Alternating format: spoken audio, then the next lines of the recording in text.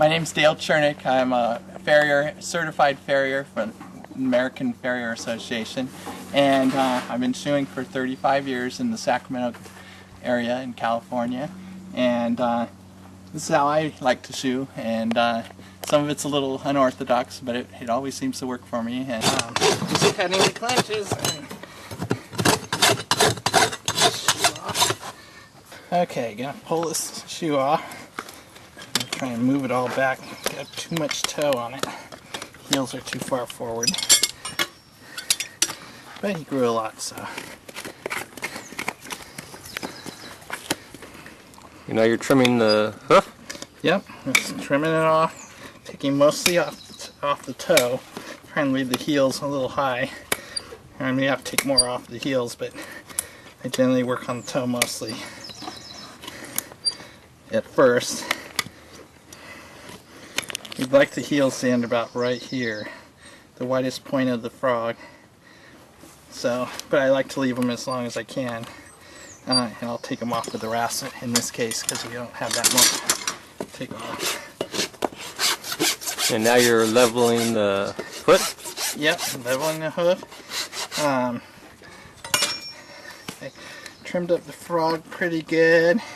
When we start to get white in here, sometimes that can indicate we're getting kind of close. I want to be real careful about getting them down, not cut into the blood. We have more length, but I'm not. Now, these heels have grown too far forward, and it's actually collapsing this heel, this inside heel. We need to have them back to about here. They're just too far forward, and it causes the heels to grow forward, and you end up with underslung heels in the long run. So we want to try and avoid that. And usually if we have a heel that's forward farther than the other one, that's usually the high side, and it can come down some.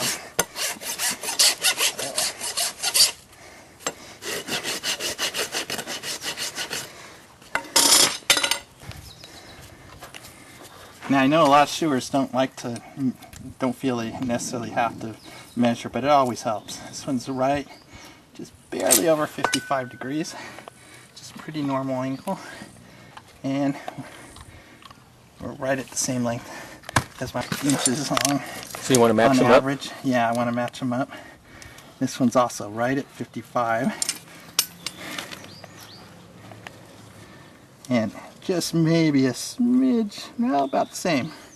Just a smidge longer on this one, but not bad. So now you're... Okay, now I'm just fitting the shoe to him. We had a lot of toe on him, so I want to pull it back some, so I'm going to take off about that much. And his heels ought to end about right here, and once I get it straightened up. So right, this foot's a little more full and round, so, and I just fit this figuring it would be a little narrower. So it's a little rounder all the way around.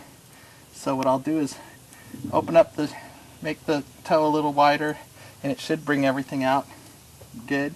And then I want a little more roundness to the foot itself, so I'll probably, once I get it fuller in the toe, then I can turn the heels to make them rounder. Although I kind of want a full heel too.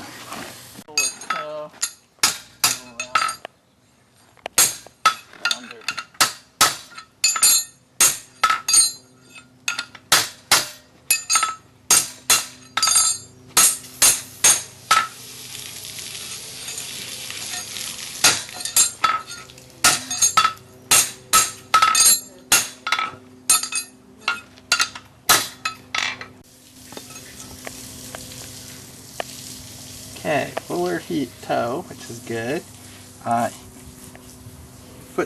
The shoe's fitting much better.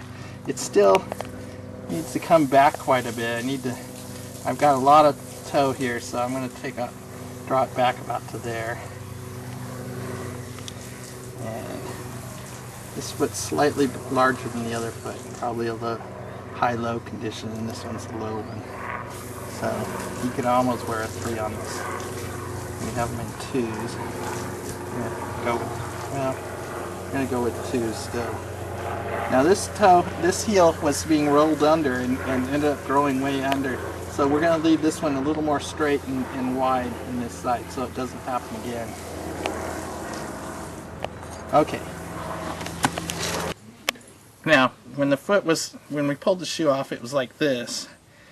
And we want to have it so it's kind of even through the widest part of the foot, which is about right here. You want about the breakover point to be back right about here.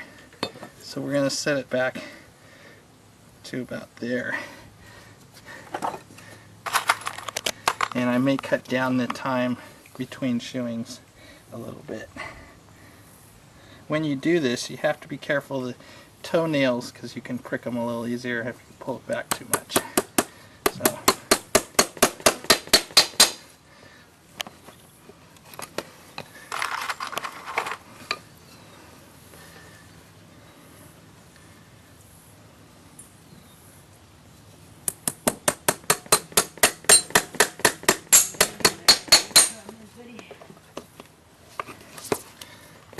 Okay, I like to get 2 nails in.